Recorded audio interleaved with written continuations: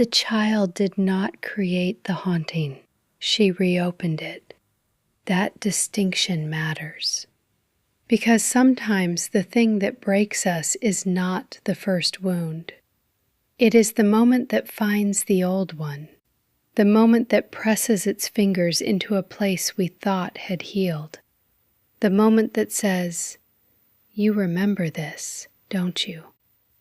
For Mara, that moment happens in an emergency room. A child comes in, a little girl, too young, too fragile, too alive in the way children are alive even when everything is going wrong. The room moves quickly. Hands, voices, commands, numbers, medication, breath, pulse, time narrowing into seconds. Everyone working, everyone trying, everyone reaching toward the same impossible hope. Stay, stay, stay. But some rooms change before anyone is ready to admit it. There is a moment in medicine when the body becomes a battlefield, and everyone in the room becomes a witness. No one wants to stop. No one wants to be the person who says the words.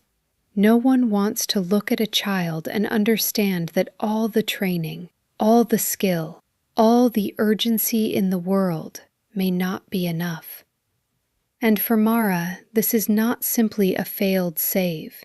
It is not simply a terrible night in the emergency department. It is not simply the kind of loss physicians are expected to absorb and then carry into the next room. This child reaches something older, something buried, something Mara has spent her entire life trying not to name. Because Mara has seen death before, not metaphorically, not poetically, not as an idea. She saw death as a child, when water closed over her and the world went silent. She saw death again as a young woman, when violence should have ended her. She saw death again, when fire and metal and shattered glass folded time into something impossible. 3 times death came close. 3 times Mara survived. And survival has a way of becoming its own haunting. People think survival means gratitude, and sometimes it does.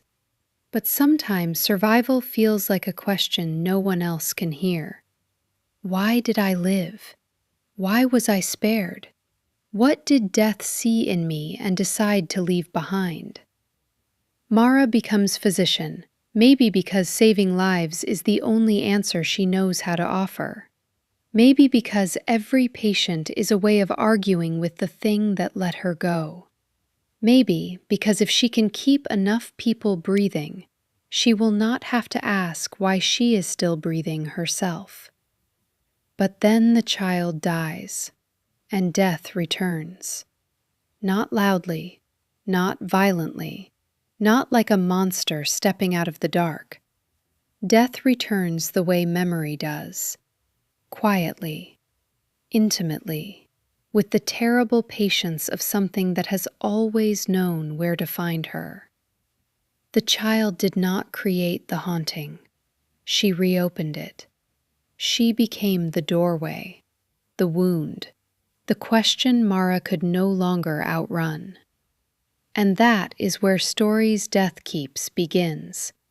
Not with death as an enemy, not with grief as a lesson, but with a woman standing at the edge of everything she has survived, forced to understand that the dead are not gone simply because the living keep moving.